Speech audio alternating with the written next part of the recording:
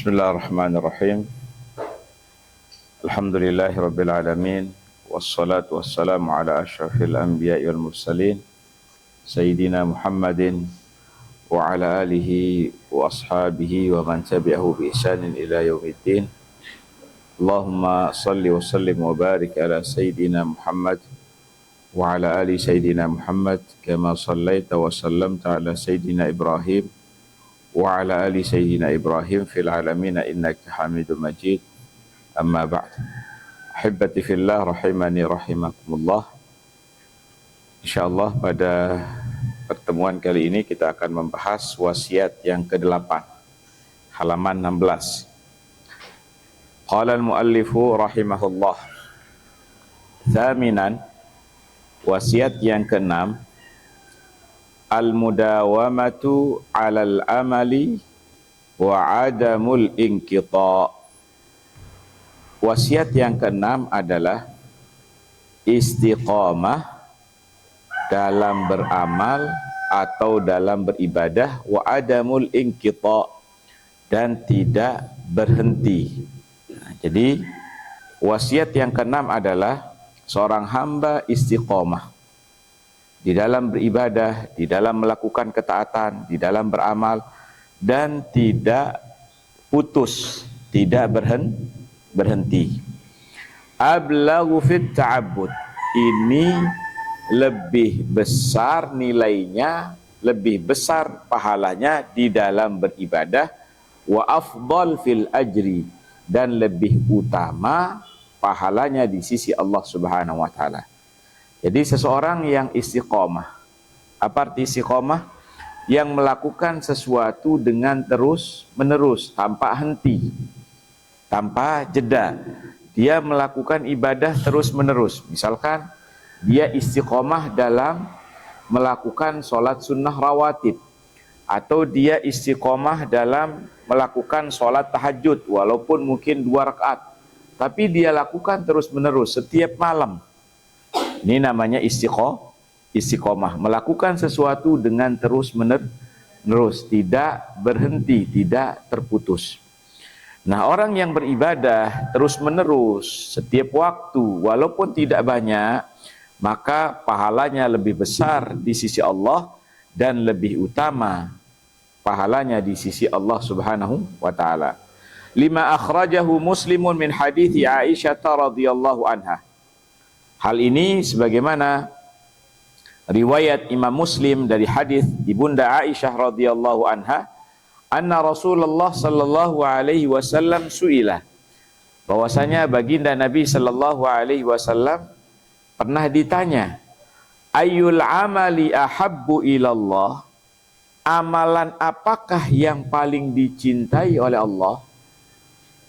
Ibadah apa yang paling dicintai oleh Allah? Qala, kemudian baginda Nabi sallallahu alaihi wasallam bersabda, adwamuhu wa in qalla. Ibadah yang dilakukan dengan terus menerus, ibadah yang dilakukan dengan istiqomah walaupun sedikit. Misalkan membiasakan duha 2 rakaat, 4 rakaat, tapi dilakukan terus menerus, daripada sehari 2 hari sholat duha 14, 12 rakaat, tapi hanya beberapa hari saja. Lebih baik 2 rakaat tapi dilakukan secara istiqomah, dilakukan secara terus menerus. Nah, ini adalah ibadah amalan yang paling dicintai oleh Allah Subhanahu wa taala. Kemudian wa an Aisyah radhiyallahu anha, dari Ibunda Aisyah radhiyallahu anha, annaha su'ilat, beliau ditanya, kaifa kana amalu Rasulillah sallallahu alaihi wasallam, bagaimana ibadahnya, bagaimana amalannya baginda Nabi sallallahu alaihi wasallam. Hal kana yakhushu syai'an minal ayyam, apakah baginda Nabi sallallahu alaihi wasallam mengkhususkan hari-hari tertentu untuk beribadah? Apakah Rasulullah sallallahu alaihi wasallam mengkhususkan hari-hari tertentu untuk beribadah? Qalat, maka Ibunda Aisyah menjawab, kana amaluhu dimatan, adalah ibadah amalan baginda Nabi sallallahu alaihi wasallam dimatan, yaitu dilakukan dengan istiqomah, dilakukan dengan terus menerus. Ini ibadah baginda Nabi sallallahu alaihi wasallam. Wa ayyukum yastati'u ma kana Rasulullah yastati'. Siapa di antara kalian yang mampu melakukan apa yang mampu dilakukan oleh baginda Nabi sallallahu alaihi wasallam? Siapa yang mampu melakukan sesuatu yang mampu dilakukan oleh Rasul sallallahu alaihi wasallam? Ahibbati fillah rahimani rahimakumullah. Qala al-muallif rahimahullah walil mudawamati 'alal 'amali fawaidun katsirun. Istiqamah dalam beribadah, dalam beramal memiliki faidah yang sangat banyak. Istiqamah dalam beribadah, dalam beramal terdapat faidah yang sangat banyak. Minha diantaranya, pertama, annaha a'zamu lil ajri wa ahabbu ilallah. Faidah yang pertama, dengan istiqamah, dengan terus menerus kita beribadah, beramal soleh, maka pahalanya lebih besar dan lebih dicintai oleh Allah Subhanahu wa ta'ala. Jadi selain mendapatkan pahala yang besar, dan amalan ini dicintai dan mendatangkan cinta Allah Subhanahu wa ta'ala. Kama akhbara bidzalika an-nabiy sallallahu alaihi wasallam, sebagaimana yang telah diabarkan oleh baginda Nabi sallallahu alaihi wasallam fil hadits sabiq, pada hadis yang lalu. Kemudian yang kedua, faidah dari istiqamah, annaha muwafaqatun li sunnatin Nabi sallallahu alaihi wasallam. Annaha, kembali kepada istiqamah. Dengan kita istiqamah, dengan kita beribadah secara terus menerus, ini adalah sesuai dengan sunnah dan tuntunan baginda Nabi sallallahu alaihi wasallam, sesuai dengan apa yang dicontohkan dan yang dipraktikkan oleh baginda Nabi sallallahu alaihi wasallam. Fa innahu kana yudawimu 'alal amal, karena sesungguhnya baginda Nabi sallallahu alaihi wasallam istiqamah, terus menerus dalam beribadah, dalam beramal. Kama akhbarat bidzalika Aisyatu radhiyallahu anha, sebagaimana yang telah dikabarkan, yang diceritakan oleh ibunda Aisyah tentang hal tersebut. Kama fil hadithil mutaqaddam, sebagaimana hadis yang telah lalu.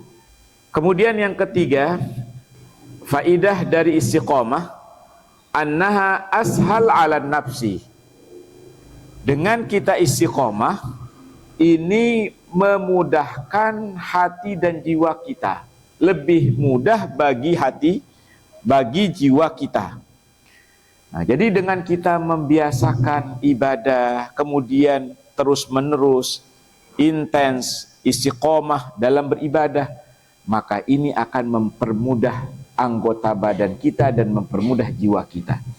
Li'anna nafsa idza alifat syai'a, karena jiwa ini, diri ini apabila terbiasa kemudian istiqomah melakukan sesuatu, sahula 'alaiha, maka mudah baginya. Jadi kalau kalian melakukan sesuatu dengan terus menerus, maka sesuatu ini, amalan ini, ibadah ini akan terasa ringan, akan terasa mudah. Kenapa? Karena sudah terbiasa dilakukan.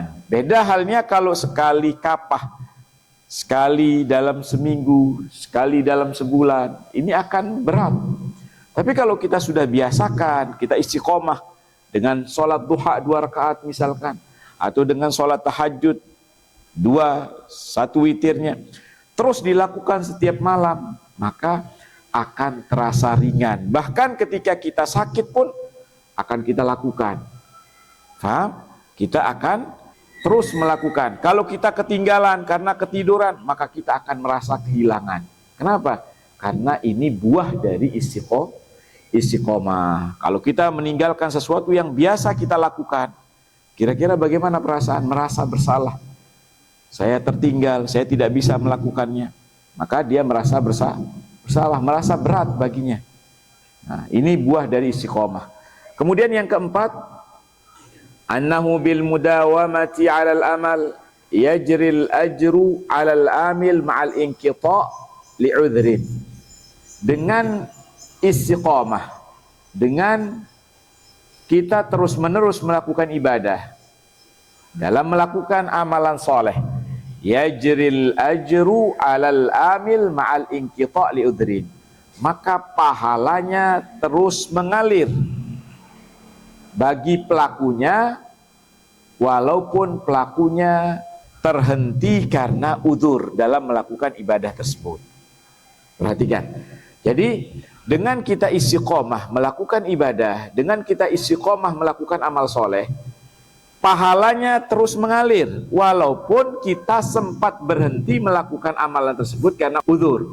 Misalkan kita biasa melakukan sholat duha, setiap hari sholat duha, ternyata satu pekan kita tidak bisa bangun karena sakit, tidak bisa bergerak karena sakit. Kemudian kita tidak sempat melakukan karena uzur syar'i, maka kita tetap mendapatkan pahala walaupun kita tidak melakukannya karena uzur. Nah, ini faedah dari istiqomah. Tapi kalau kita tidak pernah melakukannya, kadang melakukan, kadang enggak, seminggu satu kali, maka kalau kita terhenti, kita tidak mendapatkan pahala karena tidak melakukannya atau karena berhenti. Tapi kalau orang yang senantiasa melakukan, istiqomah melakukannya, kemudian dia terhenti seminggu, sebulan karena udzur syar'i, karena sakit, maka pahalanya tetap mengalir walaupun dia tidak melakukannya karena udzur syar'i.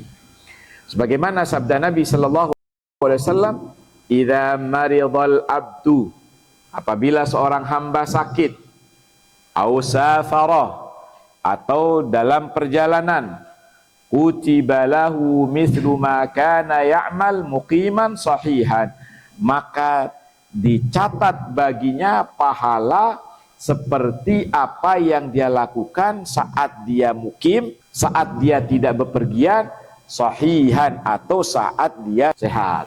Jadi seorang hamba kalau dia sakit atau seorang hamba pergi jauh, kemudian tidak bisa melakukan apa yang biasa dia lakukan, tidak sempat sholat duha karena perjalanan jauh, atau tidak sempat sholat malam karena berada di kendaraan, maka tercatat pahala baginya seperti apa yang biasa dilakukan ketika dia mukim. Apa arti mukim? Tidak musafir, atau sahihan ketika dia sehat. Kemudian faidah yang kelima, anna syaitana yai'asu min sahibil mudawamati.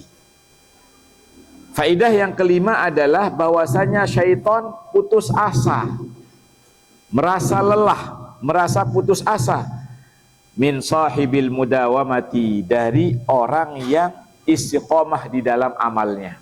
An yuthniyahu anil amal, jadi merasa putus asa dari pelaku, dari orang yang istiqomah, untuk memalingkannya dari ibadahnya. Jadi syaitan merasa putus asa, orang yang seperti ini tidak bisa untuk dipalingkan dari amalannya, tidak bisa dipalingkan dari ibadahnya, sehingga syaitan merasa lelah, merasa putus asa. Fayamallahu, kemudian syaitan meninggalkan orang tersebut. Kenapa? Karena sudah merasa lelah, karena putus asa. Jadi kalau kita melakukan terus-menerus, syaitan, sudah, orang ini tidak bisa diganggu dalam amalan ini, dalam ibadah ini, sehingga syaitan meninggalkannya. Qala al-Hasan al-Basri rahimahullah, telah berkata Imam Hasan al-Basri rahimahullah, idza nadhara ilaika syaitan, apabila syaitan memandang kamu, fara'aka mudawiman ala ta'atillahi azza wa jalla, kemudian syaitan melihatmu istiqamah, terus-menerus melakukan ketaatan, melakukan ibadah kepada Allah Subhanahu wa taala. Fabaghaka, kemudian syaitan marah, berusaha menjauhkanmu, berusaha memalingkanmu. tapi tidak bisa. Wa baghaka, tapi syaitan menjauh karena tidak bisa. Fa idza ra'aka mudawiman, dan jika syaitan melihatmu terus-menerus istiqamah dalam melakukan ketaatan, mallaka wa rafadhaka, ia meninggalkanmu, ia merasa jenuh, dia merasa putus asa, wa rafadhaka, dan ia meninggalkanmu. Sudah, orang seperti ini tidak bisa diganggu. Wa idza ra'aka marratan hakadha wa marratan hakadha, jika syaitan melihatmu kadang seperti ini, kadang seperti ini, kadang sholat, kadang enggak, kadang sholat, kadang enggak, kadang menghafal, kadang enggak, tama'a wa hakadha tama'a fika, maka syaitan berambisi untuk menggodamu. Oh, orang seperti ini tidak intens, tidak istiqomah, maka syaitan merasa berambisi untuk menggoda kita. Kadang semangat, kadang enggak, kadang menghafal, kadang enggak, kadang sholat. Nah, syaitan memiliki ambisi besar untuk menggoda orang tersebut. Tapi kalau orang yang istiqomah, intens dalam melakukan ibadah, dalam melakukan amal soleh, tidak ada terhenti kecuali kalau ada uzur, maka syaitan putus asa dan dia meninggalkan orang tersebut. Kemudian yang keenam, faidah istiqomah yang keenam, annahu bil mudawamati ala ta'ah yakunul abdu mulaziman li ta'atillah fi kulli waqtin. Dengan seseorang istiqomah ala ta'ah, dalam melakukan ketaatan, dalam ibadah kepada Allah, yakunul abdu mulaziman li ta'atillah, maka seorang hamba akan menjadi lengket, akan menjadi terus menerus melakukan ibadah kepada Allah Subhanahu wa ta'ala fi kulli waqtin, dalam setiap waktu. Jadi orang yang terbiasa istiqomah terus menerus, maka hamba ini akan menjadi orang yang dekat, orang yang lengket dalam melakukan ketaatan kepada Allah Subhanahu wa ta'ala dalam setiap waktunya. Bi khilafil munqati anil amal, berbeda dengan orang yang suka berhenti, terputus dari ibadah. Kadang ibadah, kadang enggak, kadang puasa sunnah, kadang enggak. Nah, maka ini dia tidak akan dekat atau tidak akan terus mulaziman kepada Allah Subhanahu wa ta'ala. Sebagaimana perkataan Imam Ibnul Jauzi rahimahullah, mudawimul khair mulazimun lil khidmah. Orang yang istiqomah, orang yang terus menerus melakukan kebaikan, melakukan amal soleh, mulazimun lil khidmah. Orang seperti ini akan terus setia, akan terus menerus dalam pengabdiannya, dalam ibadahnya kepada Allah Subhanahu wa ta'ala. Jadi kalau orang yang terbiasa istiqomah, maka dia akan setia terus, akan terus menerus dekat kepada Allah Subhanahu wa ta'ala. Walaysa man lazamal baba fi kulli yawmin waqtan ma kaman lazama yawman kamilan thumma qata'a. Walaysa man lazamal baba fi kulli yawmin waqtan ma. Orang yang senantiasa setia menunggu di pintu setiap hari pada waktu tertentu, tidak seperti orang yang setia menunggu pada hari yang sempurna, pada satu waktu yang full, tsumman qata'a, kemudian dia terhenti. Jadi kira-kira kalau orang yang misalkan ada orang yang butuh sesuatu, dia butuh sesuatu dari pagi sampai malam, dia nunggu di pintu.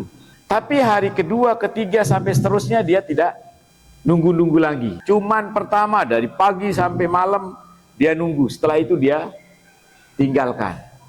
Lebih baik mana dari orang yang menunggu misalkan setiap jam 10 sampai jam 11 dia nunggu, besoknya datang lagi, besoknya datang lagi, besoknya lagi, setiap hari. Mana lebih baik? Lebih baik sebentar tapi terus menerus.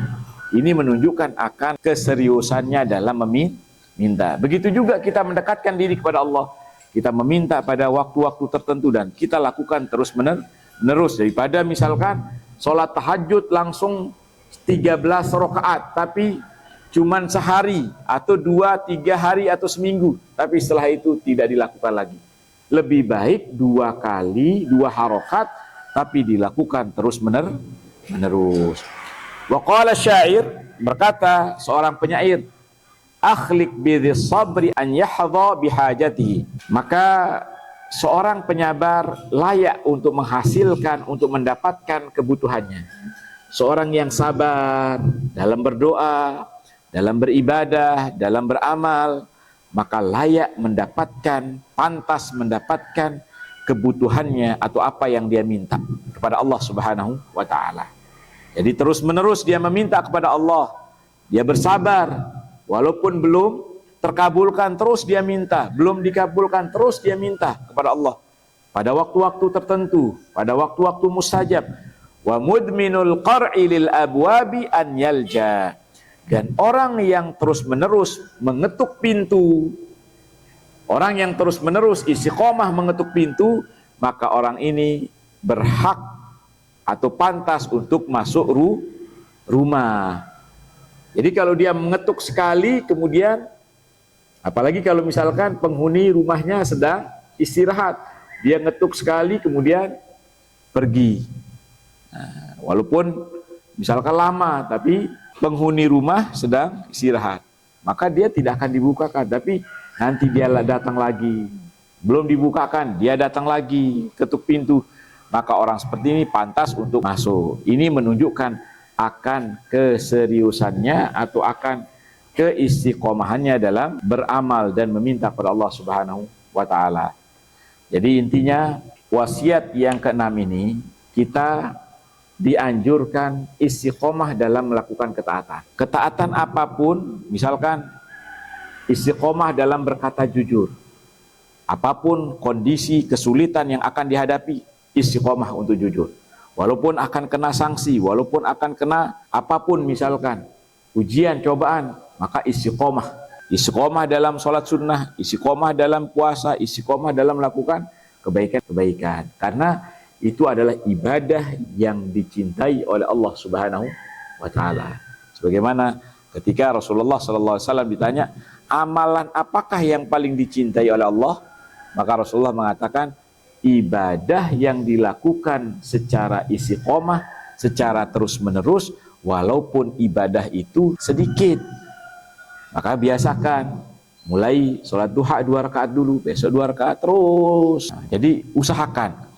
Karena apa yang kita lakukan, apa yang kita kerjakan, semata-mata sebagai investasi tabungan kita, sebagai saldo kita kelak di akhirat, setelah kita meninggalkan dunia ini. Kita mohon kepada Allah Subhanahu wa ta'ala diberikan istiqamah, diberikan kemudahan dalam istiqamah, diberikan kejujuran dalam beribadah, sehingga kita termasuk orang-orang yang istiqamah dalam melakukan ketaatan kepada Allah Subhanahu wa ta'ala. Kita cukupkan sampai di sini. Subhanakallahumma bihamdik, asyhadu an la ilaha illa anta, astaghfiruka wa atubu ilaik. Assalamualaikum warahmatullahi wabarakatuh.